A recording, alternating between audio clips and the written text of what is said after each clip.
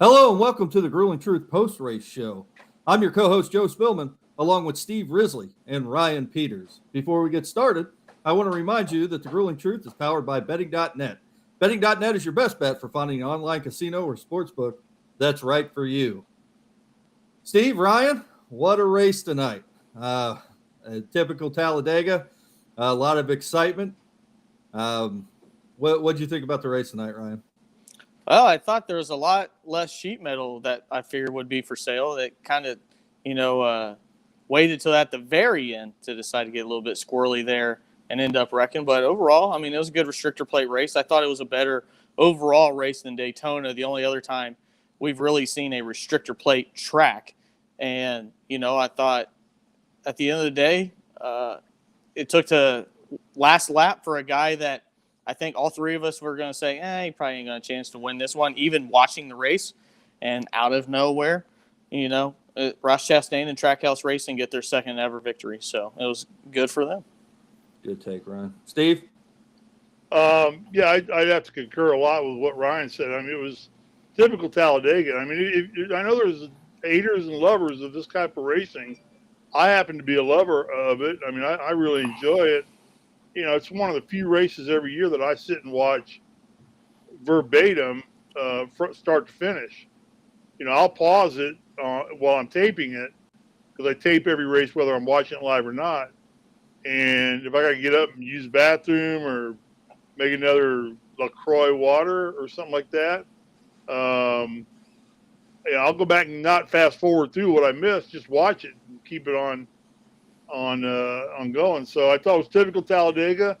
140 or 50 laps of great side-by-side 190 mile an hour racing. They were banging and bumping a little bit, but these cars still, like Ryan said, don't give up the sheet metal that easily. They don't cut tires that easily. And they hold themselves together well on this track. And then you got, 20 laps of just absolute mayhem.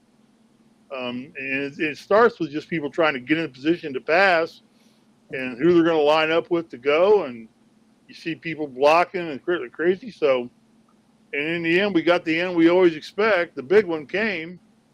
And I'm not sure if Ross Chastain won that race or a lot like last week, just happened to be in the right place at the right time when the wreck occurred. Yeah, I don't know. He was just sitting duck out there where he was because the Chevrolets, and he was in a Chevy himself, but you had two Hendrick boys in Byron and Larson right behind him, and Elliott coming up the other side with Blaney on the outside. So he was going to get challenged there. But then the wreck happened and all the hell broke loose. And, but that's what he hate to say it, but, my driver didn't win, but I still thought it was a damn good race. And I loved it. I was like Brian said, I was kind of rooting for Eric Jones, except for the fact that he hadn't had a win yet. And until Elliott gets a win, I ain't rooting for anybody who hadn't got a win yet. I think, last several weeks, of course, we talked a lot last week during the Bristol Dirt Race. We were calling each other on rain delays, the week prior at Martinsville and even at Richmond. Us three talked a lot during the race. And, I think, just by the sheer fact that we didn't communicate at all during the race, because, this was a race besides the cautions that you didn't want to take your eye off because you're always waiting off the track. You're always waiting for that big wreck. And there were a couple of them. But, I don't think any Talladega race, this has probably been the best finish we've seen in the last couple of years anyway. I do think Ross Chastain probably, as Kyle Busch put it, backed into a win a little bit. He even said it when he was doing his donuts. He didn't do anything but drive straight. So, I think it was an incredible finish, a great race that was put on this week by Talladega. And, and you're right, Ross Chastain, I didn't think we'd be 10 races into the season. I just said this to you guys, 10 races into the season, and Ross Chastain has 2 wins. I think that's incredible. But like you said, Steve, when we were talking, you know, that the Trackhouse racing's the real deal. I think they're starting to prove that this year. Yeah, you know, and I got to differ with you on one thing is that I didn't communicate because with all the damn commercials were going on, I was flipping over to the watch my Dodgers thump the Padres. Oh, okay. Like 11-1 or something like that. I don't know. Another annihilation by the beloved Dodger blue out here. So they're beating up on everybody. What do your lovely Reds do? Do they even show up today? I don't know. Sell the team, Bob. I think they won today, but I don't won watch them. today, and I heard that the ownership popped champagne for their first one in 2 weeks. Wow. Yeah. Can't Sell the team, Bob. today. Sell the damn team, Bob. But, yeah, I don't want to say that Chastain backed into it because he was in the right place. He put himself in the lead of that race. And I don't want to say, you know, and I don't want to knock Kyle Busch either but Kyle came from, you know, third when the first two took each other out to take it. You know, Chastain was in the lead pretty much the whole way. And they just started wrecking behind him, trying to get around him. So who knows if they'd ever gotten by him. He might have he had stretched out his lead a little bit. And when you do that on the last lap, it's hard to make that ground up that quick. If you just need a lap to wind it up and to get some pushing going on behind you. To say you're going to do that in half a lap, the way he stretched a 3 or 4 car length lead out there for a few seconds, and they started reeling him in. They wrecked reeling him in. They didn't wreck trying to pass him. You know, right. I don't think anybody got bumper to bumper or fender to fender with him at any point in time, as far as I know. I got two questions, and Ryan, I'll let you answer first, and then Okay. Steve, let me hear what you think. Or does this let Ryan go first week? Yeah, he's All burnt. right. Look at him. I am Feel burnt. bad for him. Severely burnt. What happens? You sit outside Well, all that's day. what happens when you rookies get out in the sun. Us pros out here in California. No, We learned that we take everything in moderation. We go out Steve, for 30 minutes, you know, walk the dogs or throw the ball to the dog or something. We go out bullshit. and sweep the pool. You used to live in Indiana, Steve.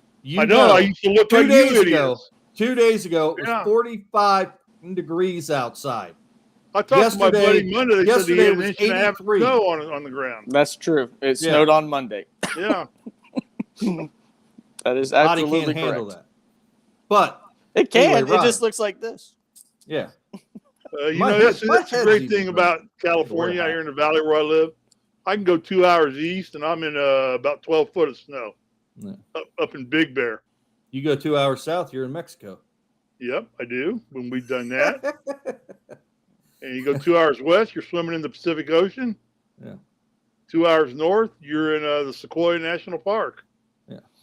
Where all the free pot plants grow. Yep. Ryan. All right, back to the day. Ryan, into the race. Kyle Busch, excuse me. You guys love him, man. Oh, You man. guys bring him up way more than I do. I thought I actually thought he ran a good race today. I think he runs a good race most weeks. I actually like Kyle Busch. I like can't Kyle hide it Busch any longer. too. I don't Can't hide like it. Kyle Busch at all.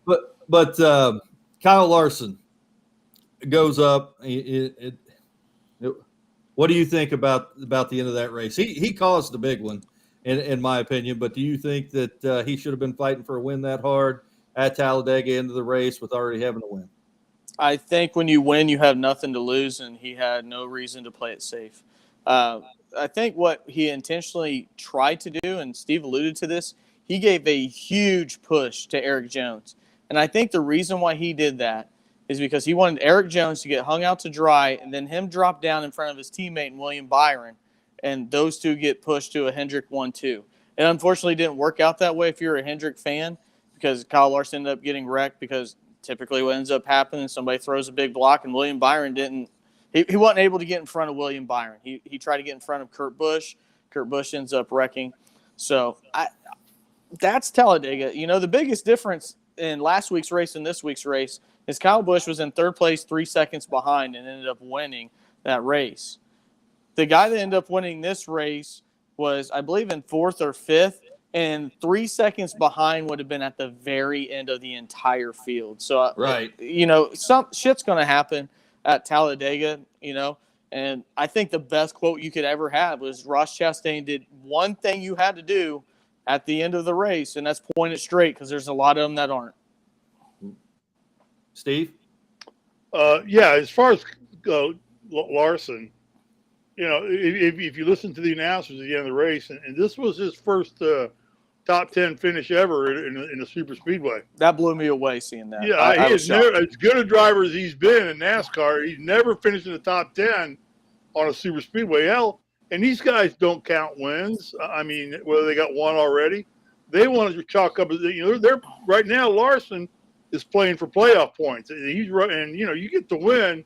That's like bonus playoff points and everything. Puts you on the seeding scale a lot better. I don't fault him for going for the win, just because even though he's already got a win. There was one point in time when they had all four Hendrick cars lined up together. Yeah, most of stage 2. Yeah, Bowman, Elliott, Larson, and Byron. I'm thinking, you think these guys are getting team orders to make sure that Elliott's out front at the end so they can guarantee all four of their cars in the playoffs? And funny you mentioned that, Steve, because I thought, then I said, no fucking way. I totally feel like if it was Elliott and Larson, there would have been team orders for Elliott to win. I think we would have seen a Dale Earnhardt Jr., Michael Waltrip type of finish, and he wouldn't have been pushed out that far and have been a lot more conservative so that they could get Elliott to win. But instead, it was two guys that already had wins, so they're just like, hell, go for it, boys. Try to get a checkered flag. Yeah, well, in Elliott, he decided to pair up with Blaney, and then that outside line collapsed on him, and he fell back, fought his way back to the 7th place finish, driving right through the melee. He drove a straight line right through it too, and got himself a 7th place finish, which is another top 10 for him. So he's still leading in the overall points. I thought Elliott's pit stops looked better this week. Well, there wasn't much to do at Talladega. You rarely change 4 tires. Well, but the times were faster. Well, when you don't change 4 tires, the times are going to be faster. Come on, Steve. I'm trying to find a light here for you. I'm trying to turn a light on in your head. This is the only thing Steve wants right now. He just wants a W. He just wants a win. I want to get a W and get it over with. When's the next damn road course? Your moral victories, Joe, are not helping Steve. Right I know. now, I'll tell you that. I'm just trying to. I'm over here trying to make Steve feel better about himself. Shut up, dumbass. I ain't gonna feel better until I get a W behind that 9 car, and then I'll feel like I'm one of you boys. Right now, I'm on the outside looking in. So it changes. It just changes everything when you watch a race. I mean, like today. Kyle Busch had probably one of his best restrictor plate finishes I can remember. He got 4th. Yeah, I thought Kyle Busch ran a great race. And normally I'd be ecstatic, but I don't really, it's like, okay, whatever. But you gotta win. It doesn't matter. Exactly. You're in. Who cares? Yeah, I'm like, oh, that's good. That was a good 4th place finish. If he didn't win, I'm already on the edge of my seat those last 10 laps because it seems like you hold your breath the entire last 10 laps, and then. At the end of it, if your guy doesn't end up winning or he's the Kurt Busch that hits the wall, you just feel like you wasted 2.5 to 3 hours, and it feels so miserable inside at the end of a Talladega race if your guy doesn't win and has to win. Yeah, what having that W in, it's like Joe going and getting a gallon of ice cream and eating it, knowing he's not going to gain a pound because there's no calories in it. I just had some cake and ice cream. There you go. Okay, let's talk about the thing that kind of baffled me a little bit in this race and why they would do it, especially given the fact that this is the first time for these cars on this track at these speeds. Talladega is a different cat than Daytona. It's a different type of track. It's banked steeper than Daytona, I believe. And why would they let these cars go out on the track and not have at least a 30-minute to 45-minute practice session? I mean, just one. That's all right. I don't get that rule whatsoever. Can somebody give me a logically good explanation why they don't let them roll off the haulers, go out and say, boys, you got 45 minutes to dial your car in as best you want?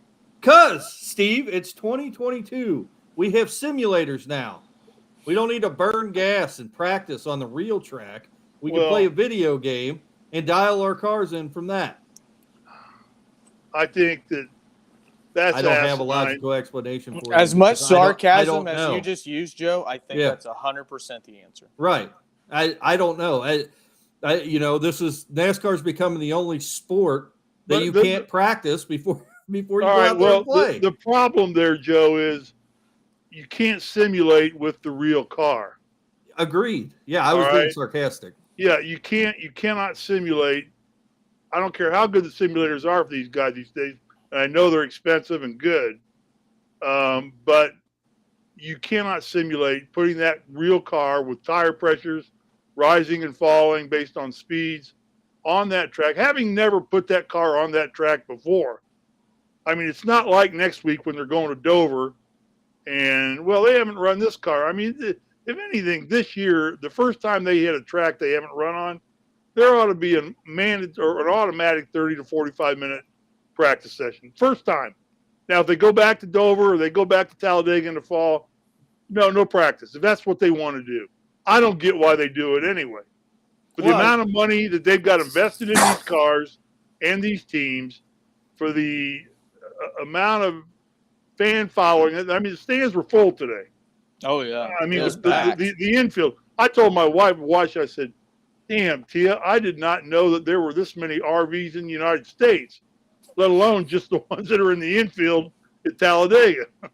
I couldn't believe the number of campers that are in there. Where do these people get all this money?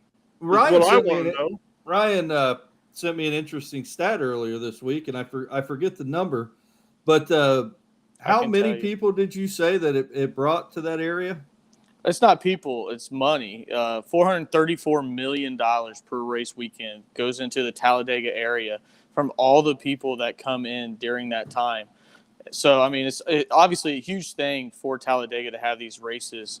But to kind of go with you, Steve, I think COVID is obviously the greatest excuse for NASCAR to change things. COVID's over and done with. It don't matter. It's going to have a lasting impact for the rest of the time. It opened the door for stupid stuff to happen, and I think NASCAR can just say, well, you guys didn't have practice for the last 2 years, and then they can implement a permanent thing like that. Right. But what's hilarious is then they do qualifying, which is the most pointless thing you can do on a super speedway track is qualifying. And I guarantee you, people would rather do a 20-minute practice session and say, you know what, you can just randomly draw for qualifying. Right. That's what they ought to do. Exactly. So they ought to say, I watched qualifying. I think it was an hour to get everybody through qualifying. None of them wanted to do it. The only reason why they did it was get out on the track. It's unrealistic because you're running the speeds of 180 miles an hour because you're getting no draft, no anything like that.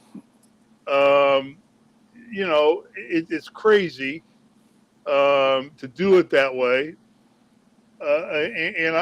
Does NASCAR have an official position as to why they don't allow practice?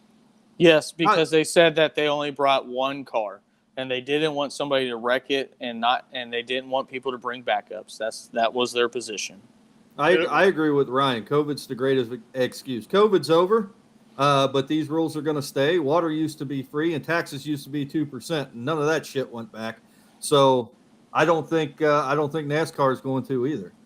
All right, okay, Ryan. So let's carry on to what you said. So their official position is everybody only brought one car, and they don't want them to wreck it. All right, so we'd rather go ahead and start the race where they're running at 190 miles an hour in a packed cars 3 inches apart, and then we don't have our tire pressures right.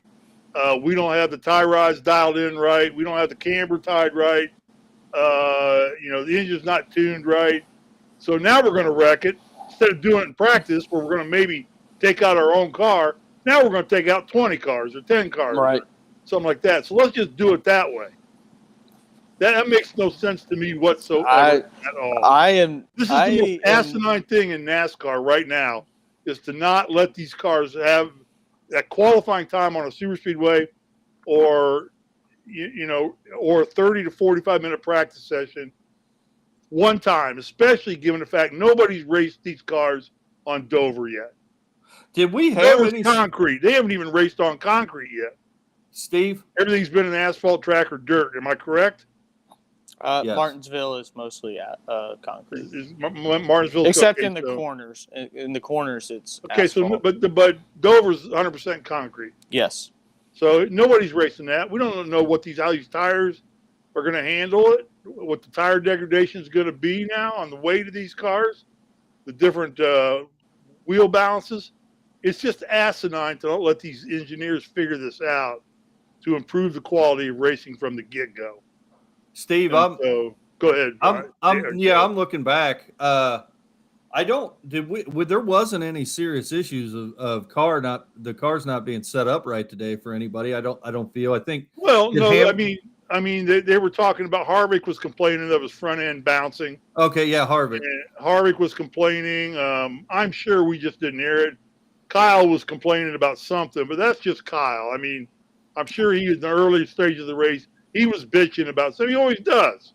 I think the thing that we saw the most is quite a few cars were told don't push during the bumps, where they said they used to take the RVs through that part of the track. Yeah. And, maybe that could have been a time where they adjusted their springs or their shocks and struts, something of that nature to be able to handle that.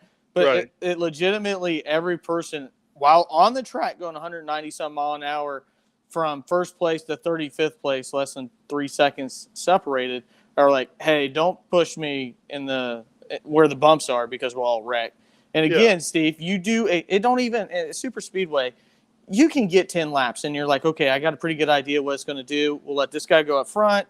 We'll let this be in the middle. We'll go in the back. And we have a pretty good idea what's going to happen with this car. So it doesn't have to be a long practice, but NASCAR normally does. And I bitch about NASCAR all the time because I think they make some just mind-blowing decisions. Well, and I think this is just another one where you throw guys at the fastest speeds more than likely they'll be at all year and say, you know what, good luck.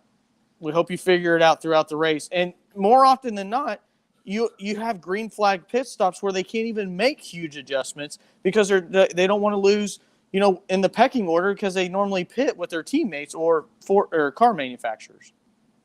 Yeah, well, and this was the most organization I'd seen in a while in a race where, watching, well, maybe it was just the Hendrick boys more than anybody because they ran together a lot. I mean, I don't think Byron and Larson separated most of the race. I mean, I think once Byron got up to Larson, they hooked up. Elliott jumped in with him. Bowman was back doing his own thing, but he ended up hooking up with him at the end.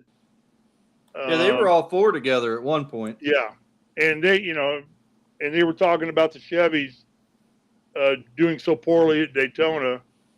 And here they come out now, and they take 5 of the top 7 spots with Kyle and who else? Who was the other? Toyota. Michael McDowell got top 10. Is he a Chevy or is he a? He's a Ford. He's a Ford. So 1 Ford and 1 Toyota, and 5 Chevys in the top 7. After 7, I don't care because that's where Elliott finished. So I don't give a damn who finished 8th. Yeah, I chose Michael McDowell, so that's how I know where he finished.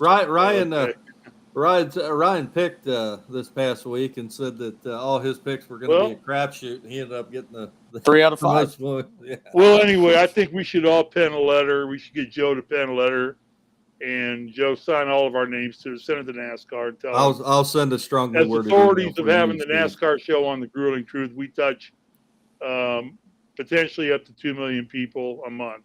That's right. If there's strongly worded email. Our hits are 2 million a month, and we can really change some attitude real quick. And the month of May is coming up, and if you don't give everybody practice time, that's right, at least the first time on the track, we're going to tell everybody to screw NASCAR. And instead of watching the World 600 and the great military presentation you do at that race, just go watch the Indy 500, then go take your RV out to the lake and swim in the lake. That's right, Steve. If our strongly worded email doesn't turn up in the spam folder at NASCAR, we're going to get shit changed. There you go. Joe, I got a question for you. For me? It's kind of for everybody. I just kind of wanted to throw a curveball. I think one of the best things we could do for this post-race show is kind of give winners and losers of this race. So, I didn't know if you guys – it's kind of a, audible, but I think, losers for this race, and a guy that just killed himself all day long was Brad Keselowski. I don't know if they didn't dial in the pit road thing for them, but he was running really good, and every time he ran good, he got a pit road penalty. So that's one of the losers I thought in this race. Another loser, obviously, is 2311 Racing. I think this is one where they thought Bubba Wallace obviously had a really good chance to win. Instead, they both wreck each other on the very last lap. So I think that was a huge loser for 2311 Racing. And then also Denny Hamlin. How the hell is that the only car that doesn't get fuel and runs out of fuel in the entire race? He is the best restrictor plate racer for JGR. Yeah, so, he doesn't run out of gas. He's competing for the win there on the last lap. My winners today, I think Eric Jones had a great race. He was up front a lot, found a way to come up with stay in. I think he ended up finishing 6th. But still put himself in there to win going into the last turn. Obviously, Trackhouse Racing now sitting there with 2 wins. They were just a team that quit doing NASCAR altogether and Chip Ganassi Racing and was never this competitive, even with a guy like Kyle Larson. Yeah. Daniel Suarez finds his way up front all the time, and then just stupid stuff happens to him. He'll get caught up in something. So, I thought those 2 people, or, a person and a team, ended up looking really good in this. And obviously Hendrick had another really strong day, was competitive most of the day. I agree. Chip Ganassi Racing may have become Trackhouse, but it is not the same team. And absolutely not. Trackhouse is clearly better. Yeah. Whatever Justin Marks and them are doing in the span of 2 years is really amazing compared to what we've seen in this sport from small teams, especially 2-man teams. Ryan, I agree with 23XI. I think Talladega was circled for a win this week. And a strong finish. And I think that's what they were looking at as one of their few chances to get a win. Instead, got 2 guys in the 20s. Right. And I think Bubba Wallace probably had a chance to win this race. I mean, obviously, he won stage 1. I've got to the point where, and I'm sure that I'm going to get hate messages for this. I've gotten to the point where I don't think Bubba Wallace is that great of a driver. I'm at that point. I think he may be a little over his head in the top series in NASCAR. I think his track record is a objective way to show that, not a subjective thought process by you. Right. I think he's the reason. And another one of my losers this week is Joey Logano. Which, it's a great one. Yeah. Yeah. Which I think Bubba Wallace had a lot to do with him. Being taken out of this race. I think he's pushing where he shouldn't have been pushing and spins Logano out. Logano's fighting. Logano needs a win. Logano's one of the better drivers in this sport, and he doesn't have a win. And he had a great car today. He was running well, and I think he was going to have a strong, probably top 5 or even competing for a win if he doesn't get pushed off the track by Bubba Wallace in the second stage. So, I think Logano is probably starting to feel the pressure of not having a win. And I think maybe he had this race circled this week. Yeah, his teammate Blaney too. I mean, you choose him, Cindric, and Blaney, and you're like, well, it's going to be Logano, Blaney, and whatever 1-2 order, and then Cindric wins the first race of the year, and Blaney and Logano still haven't found a way to get to victory lane and not even run really that great at the end. They've been decent in the beginning, but have not run great at the end at all. Yeah. And I'm going to agree with you. I think Trackhouse Racing is the biggest winner this week. They have cemented their team as one of the better teams in NASCAR this year. Every week in and week out, they're finishing near the top. They're having great runs every week. They're setting their cars up right. They're doing what they need to do to win. And I think that's going to be a team that's around for a while, and I think their drivers are going to be around for a while. So. That's my takeaway. Steve? Yeah, being last, there's not a lot I can add to it. Eric Jones to me was a winner this week. Taking a team that's been perennially a ceremonial team, really, the Petty Enterprises team, really. He hasn't really been competitive with the 43 car for 10, 15 years. His last win was John Andretti, wasn't it? It said Eric Almirola like a long time ago. Did Eric Almirola get a win when he's driving for him? But It said that as on the program, because I'm with you. I would have thought John Andretti was the last person to put the 43 in victory lane. Didn't Had to be a road course. Almirola, yeah, but he had a legitimate chance to win that race too. He was running up front. I think Keselowski. That's the problem of trying to come in and make change at a big organization like Fenway Roush and wanting to exert your force on it. You get distracted from what you're really good at doing, and that's racing.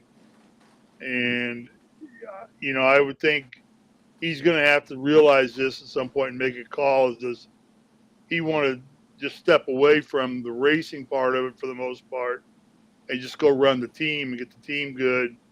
Or does he want to just quietly manage a little bit of it, maybe a competition director or something like that, and continue to focus on his driving? Because I agree with you. I thought he drove well at times. So he put his car at the end, or he was up in the top 5, top 6.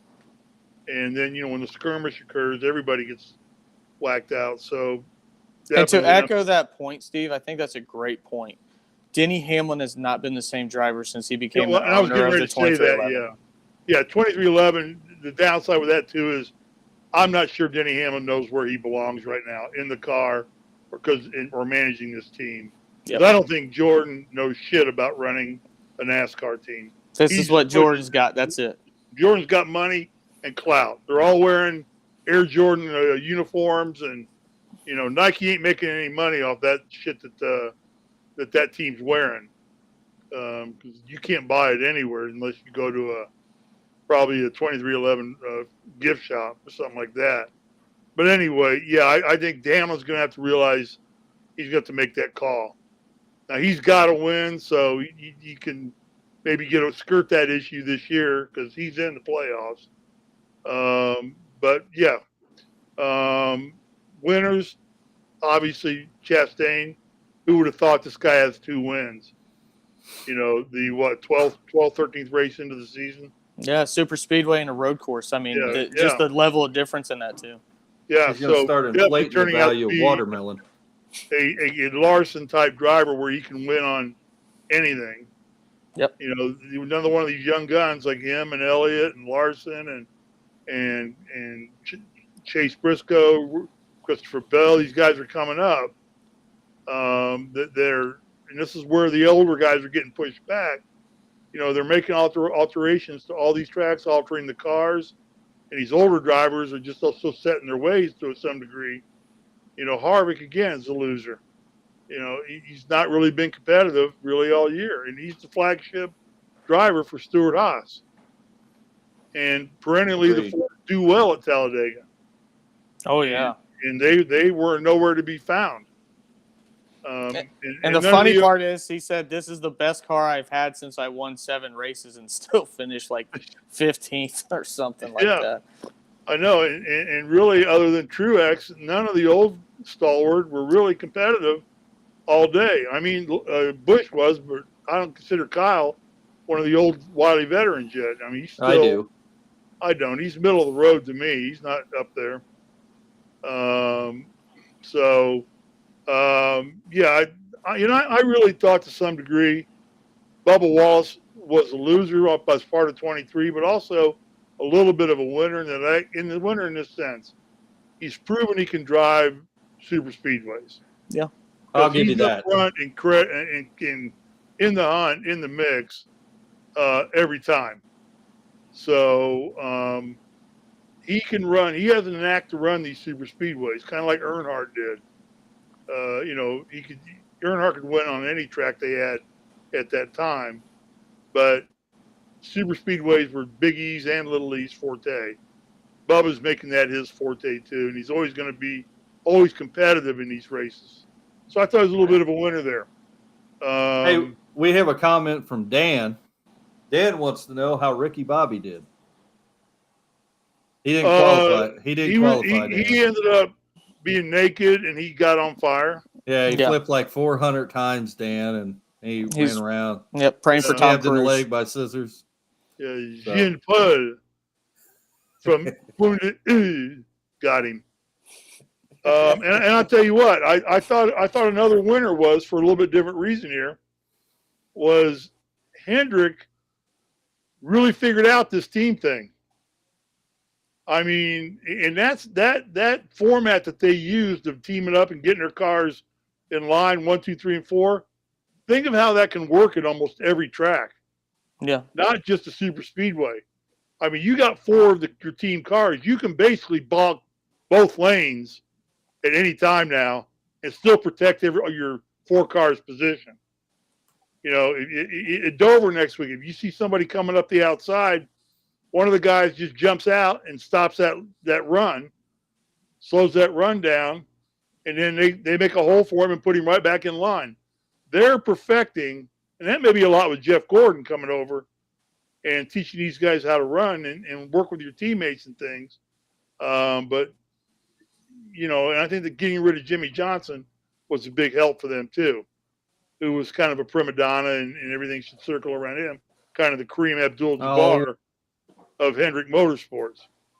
So, you know, I want to add another winner too, Steve.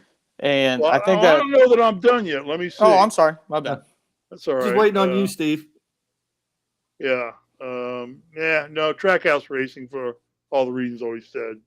That's it. Okay, I'm sorry. That's all right.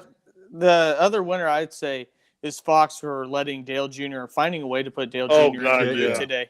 Today, when Dale Jr. 2 first got weeks to in a row. NBC, I didn't think he was that great. I thought he has seemed gotten nervous good. a lot, and today, just the enthusiasm and the way that he got excited to watch the broadcast, and it's organic. It's not like scripted, say something silly, try to Right. fit a way in to put these one-liners. It was when he saw a guy get loose, or he, felt that push, or saw somebody get a big push and get a little bit squirrely. He added that how much that really is affected by a driver, and that did he hold on to? I've never seen him like that. It's almost like, I'm going to go to Fox. I've never worked with these guys before, so I'm just going to be Dale Jr. And I thought it was perfect. Oh, It was I good. agree. And the thing was, at the start of the race, for some reason, Boyer was late getting there. He was driving Davey Allison's car Right. on the track. Yeah, well, anyway, for whatever reason, be it right or wrong, he was late. I didn't even notice he wasn't there. Yep. Because I thought Little E was doing such a great job just with Mike Joy. I'm like, this is great. And now, we've been blessed 2 weeks now to have Darrell Waltrip at Bristol last week, and then Little E. We got spoiled now. Yeah.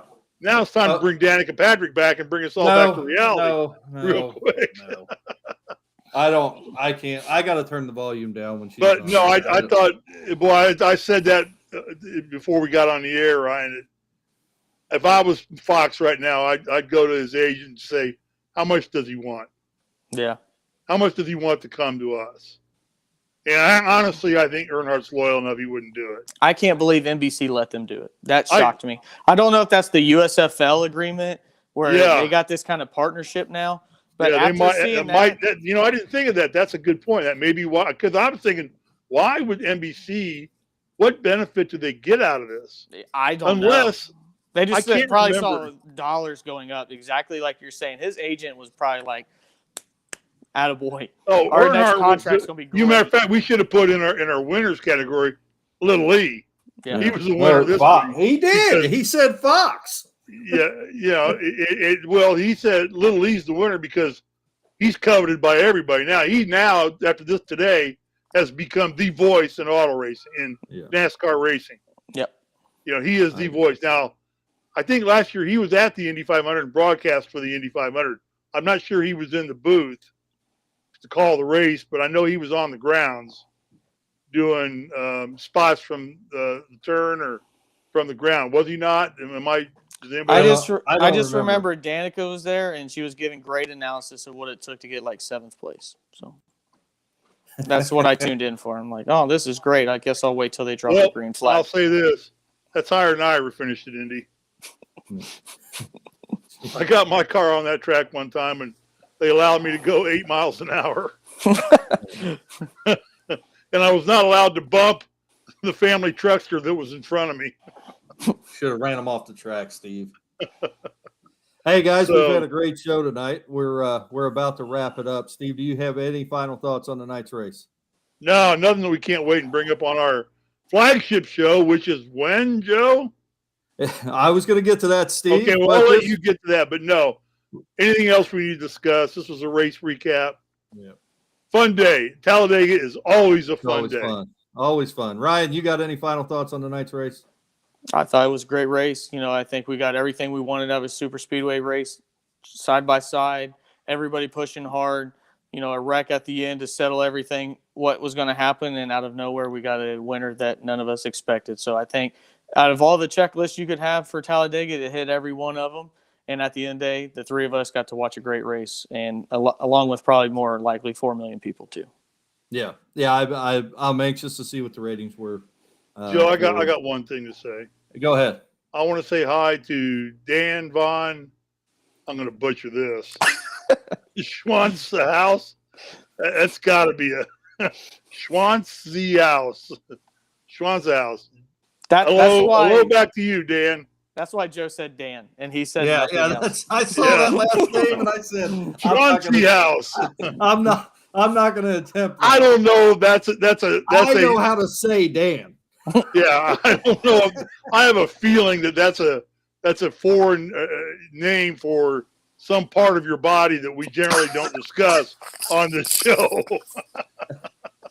That's kind of what I'm thinking right now. But no disrespect, Dan. But that's a tongue twister of a last name. Watson House. Yeah. Thank you for saying hello and listening to us, Dan. If you take the time to listen to us and say hello to us, we're going to fire back to you. We'll even answer a question if you got a question. So, I thought getting. Or back if you to want to take an explanation for your last name, that might solve a lot of problems too. Hey, getting back to the show. Sorry, Dan. We're just kidding. Closing up the show here. I thought a typical Talladega race, always fun, always exciting at the end. We'll go more in depth with it on Wednesday nights at 7 during the NASCAR show. We'll take a look at that. I was thinking, I got my wife made a big bonus this month, and she gave me $100 to bet. Where would I go to get? I was going to get to that. I was going to get to that. Place the best bet. What you should do. Which house I should go to. What you should place do, my NASCAR bet. Well, what you should do, Steve, is you should head on over to betting.net. Betting.net will provide you with the best sports books and online casinos that's right for you in your state. That's where I would take that $100 to.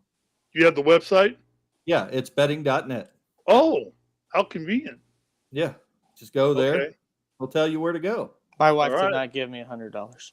No, me neither. My wife took $100. I'm not gambling with it. I'm going anyway. I'm going to the pot shop. If you enjoy our show or any other show on the Grueling Truth Sports Network, go ahead over to our Facebook page, like and subscribe. Like and subscribe on YouTube or Switch, and you will get an alert anytime we go live. This Wednesday, we will have the USFL show. And then I don't know if Dan and Sam are doing another mock draft show tomorrow night or not. The draft's this week, man. Yeah, I'm sure they are. It's a big week for them. They're probably going to do a draft show. I'm sure Dan Kornhauser and Sam Teets are going to do a draft show tomorrow night. Well, I would be on the lookout because I know we're going to do a special draft show. Mike and I are planning on one on Survive in Advance. Okay. And we hope to have Dan and Joe, or Dan and heck, you guys are all welcome to come. We'll just make it a roundhouse. Be like ESPN. Put 30 idiots on there that don't know what the hell they're talking about, and let them all wrap their mouth up. Stephen A. I gotta tell you, if you don't bet Dan Marino #1, you're just an idiot. Steve, you don't know what you're doing. Steve. What? Hey, if people wanted to get more in-depth conversations with you, where could they find you at on Twitter? Me? Yeah. I'm not telling anybody. They're going to yell at me. Okay, what? That's smart, Steve. What's your Twitter handle, Steve? That's smart. Risley34. You have one, Ryan? I do everything by letter. So if you would like to send me a positive letter, you can look me up. Good Vibe Sunday is what it is. Yeah. Anyway, thanks for watching the post-race show here on The Grueling Truth. And one more time, let me remind you that the post-race show has been powered by betting.net. Betting.net is your best bet for finding an online sportsbook and casino that's right for you. Guys, have a good night.